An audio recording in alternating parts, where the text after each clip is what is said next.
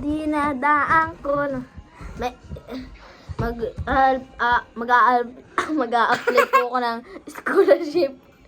Ito po yung kapatid kong may saltik.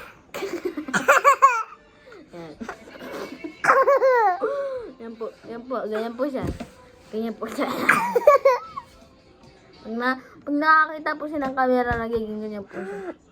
Para po siya gaga. Yan po. Yan, ganyan po siya. Yan. Ganyan mo siya. Ganyan po ulo niya. Ganyan po niya yun. Ganyan po yan. Sige lang. Pag, tapos, ganyan siya, nagiging monkey siya. Magiging monkey. Magiging monkey. Ganyan po siya. Magkukurukuhan ka. Yan po. Yan. Yan. Sige pa. Monkey. Oh. Nakakapagsalita naman po siya. Kasi po, parang po siyang tanga. Bakit ang ingay? Tignan niyo po siya. Oh. Ay! Ganyan po siya lagi. Ang ingay! Ganyan po siya. Matang ingay yung dalawa. Pakyo ka.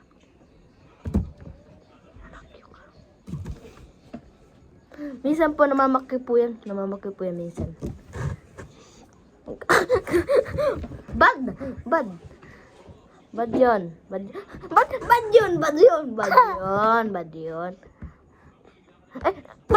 Bad yun. Guys, maayos lang po ko ha. Tingnan niyo po siya kung mag-record po siya, guys. Diyan ka lang ha. Huwag mong papakilman yan na yung mga guests natin. Diyan ka lang.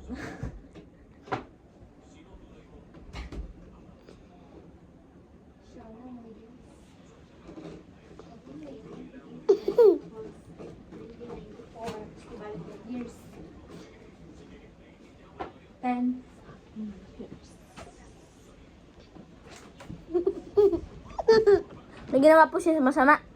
Okay. Dito po siya naninirahan sa Calabaca, Camarines Norte, Kapalonga, Bicol. Yan po.